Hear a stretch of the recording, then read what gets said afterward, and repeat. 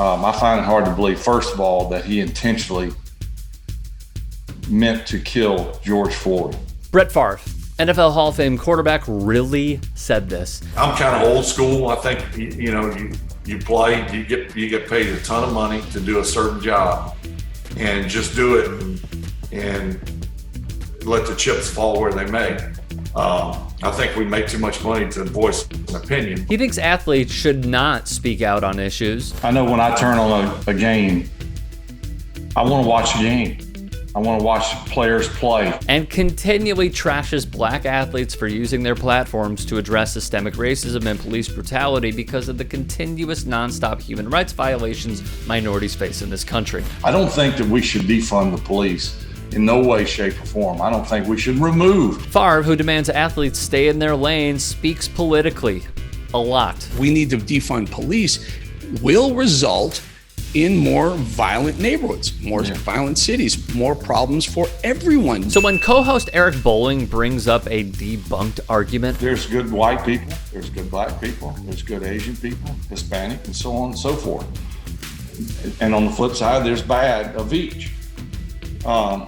And for all these good people, especially those with families, pay their taxes,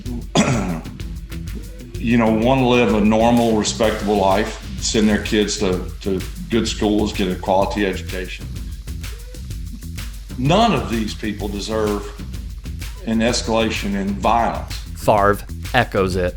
Police killed more than 1,000 people in America in 2019. Black people are currently 3 times more likely to be killed by police. And 99% of killings by a police officer between 2013 to 2019 have not resulted in criminal charges. These are staggering numbers of violence, state-sanctioned violence, that its citizens of this country did not sign up for. And when police brutality occurs, the city pays out millions because of their ineptitude to handle situations with life or death consequences. The people who are licking their chops are the thieves, the murderers, the hardcore criminals, the career criminals. Again, Favre, a supporter of Donald Trump, knows he's in the wrong. There's no substance to it. This is a fear-based tactic to try and keep Republicans in office with quote-unquote back the blue, but don't have a damn thing to say about January the 6th when officers died or took their own lives in the following days because of the trauma. They blame calls for defunding the police on an uptick in violence across the board.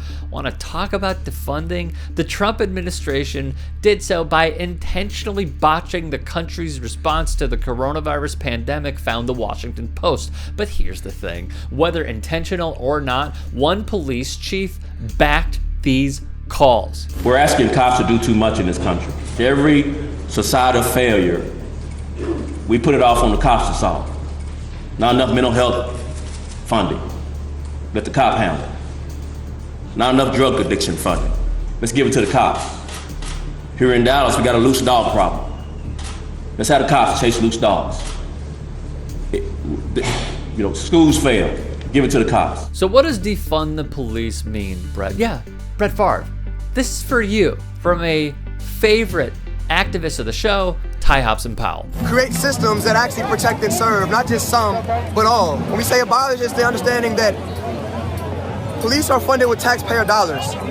Police stations stand up because of taxpayer dollars. They get new cruisers, shields, etc. because of taxpayer dollars. That means that they are a service. And they're a service that is answerable to us.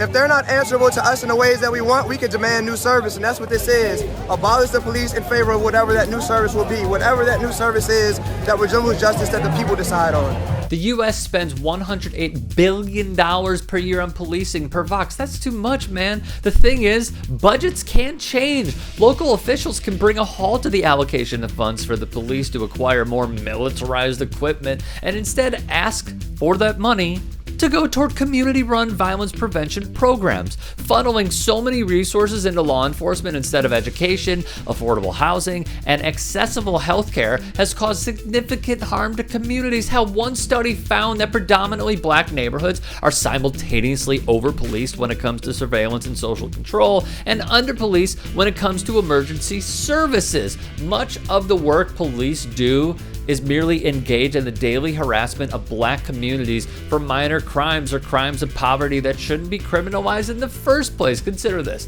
Out of the 103.5 million arrests made per year, only 5% are for the most serious offenses, including murder, rape, and aggravated assault. These are the ones that truly threaten public safety.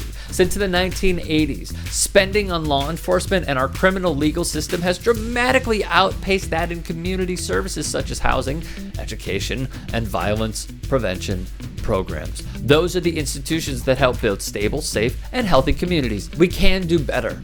We need to have this empathy you speak of for other races, Brett. However, until we really take a deeper dive into the topic rather than taking a white supremacist president's word for it, nothing, and I promise nothing, will be accomplished to attain what we always say, land of the free. If you'd like to hear more thought-provoking content like TYT Sports on Facebook and to help in my journey to keep media independent, go to tyt.com/Rick.